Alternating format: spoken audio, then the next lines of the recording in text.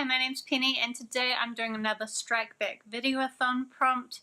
I'll leave the links to the Strikebackvideoathon hosts down below, so if you want to find out more about it, you can, although I've explained it in quite a lot of my videos now, so let's just get into it. Now this prompt is cover buys, and when I first read this prompt I thought, oh, I probably can't do this one because I don't really do cover buys. And then I went through my bookshelf and I realized that I'm a complete liar. So let me show you some of my cover buys. So the first book I want to talk about is probably the prettiest cover on the pile that I have, and that is Magana by Maria Devana Headley, I believe is how you say it. So as you can see, this book is beautiful. It's got this beautiful feather with these birds coming off it. I think it was even on special. I saw it on the special table and I was like, ooh, pretty. And I bought it, and to be honest, I didn't really enjoy it. So that's a typical cover buy right there. This book did have some really cool concepts about this girl called Ava who has trouble breathing, but she discovers that there is this whole world up in the clouds, and when she goes up there she is able to breathe, and in fact she discovers this world that has kind of bird-based magic and also these whales that float in the sky and like other sea creature type sky animals, and the magic systems were all like music-based kind of. I thought the concepts were amazing, but Ava herself annoyed the hell out of me, and the relationships just seemed very shallow. And it was like it was trying too hard to seem young and hip. And I did read the sequel, which also has a beautiful cover. Maybe I'll try and put a picture here if I remember.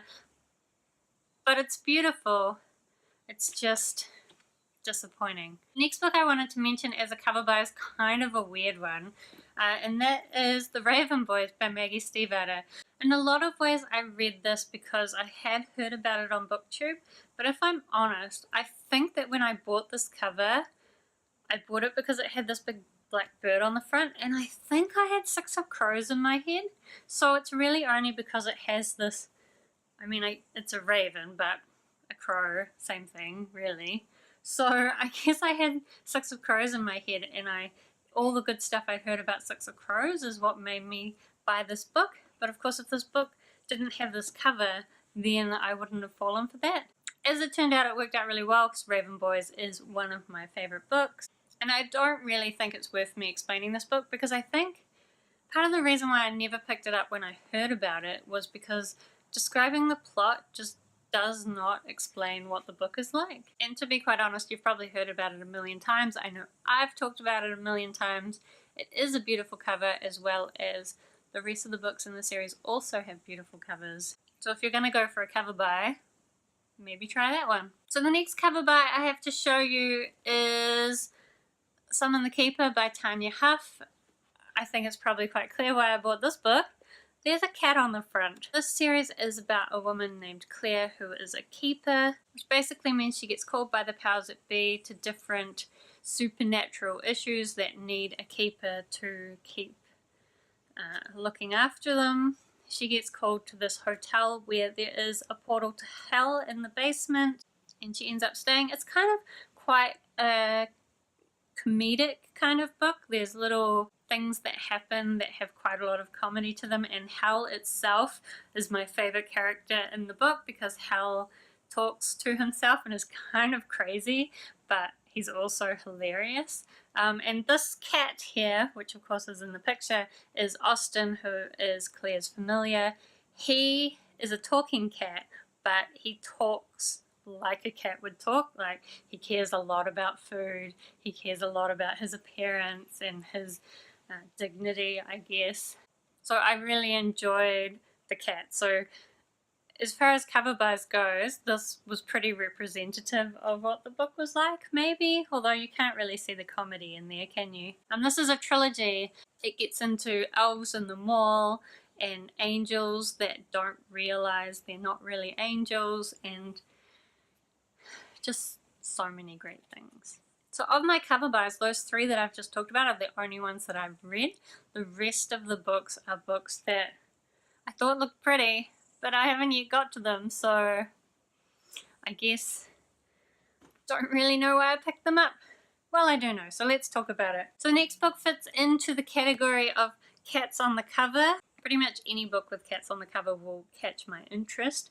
This one is The Inheritance by Robin Hobb and Megan Lindholm. I think I had heard about Robin Hobb. I've been meaning to read some Robin Hobb for a while, so when I saw a book with cats on the cover, I think for cheapish, I thought, oh yes, I want cats on the cover. But I don't actually know anything about what this book is about, so I haven't felt motivated to pick it up. It's also quite big, and I mean it's only 400 pages, but it's a big 400 pages, so I honestly don't know when I'm going to get to it. Probably not anytime soon, but at least I have a book with cats on my bookshelf, and it's even got cats on the spine, so. Alright, so the next book on my pile is Ribble of Sands by Elwyn Hamilton. So you can see I bought this because it was on special. I think I had also heard about it on Booktuber, although I couldn't remember whether I'd heard good things or bad things. But I love the gold on the cover. It's really beautiful. So I bought it, although I did discover after I bought it that it's the first in a series, which, as I've talked about, I'm trying to get my series in progress down. So starting more series at the moment is something I'm trying not to do. And based just on a pretty cover, it's certainly not going to be tempting me to break my goals. So the last book I have on my pile of cover buys is one that I did just buy for $2 at a book fair, so it's not too bad. But that is Special Topics in Calamity Physics. Honestly, when I look at it now, I don't really think it's that pretty, but at the time I thought it was beautiful. Maybe it was just seeing it at the book fair amongst a whole bunch of really boring, ugly looking books. I think as well that the title had a big impact on my reason for buying this, so Calamity Physics just sounds pretty cool. Again, I don't really know much about this, so that would be another reason why I have never picked it up. If you've read this, or in fact any of the other books that I've talked about buying for the cover and I haven't read them, but you think that those books are actually quite good, please let me know that I should probably read them. Otherwise, I think these cover buys are pretty much going to sit at the bottom of my TBR, and I'll only pick them up if I get through all the other books on my list, which, to be honest, might be never. So what am I doing with these books? I don't know.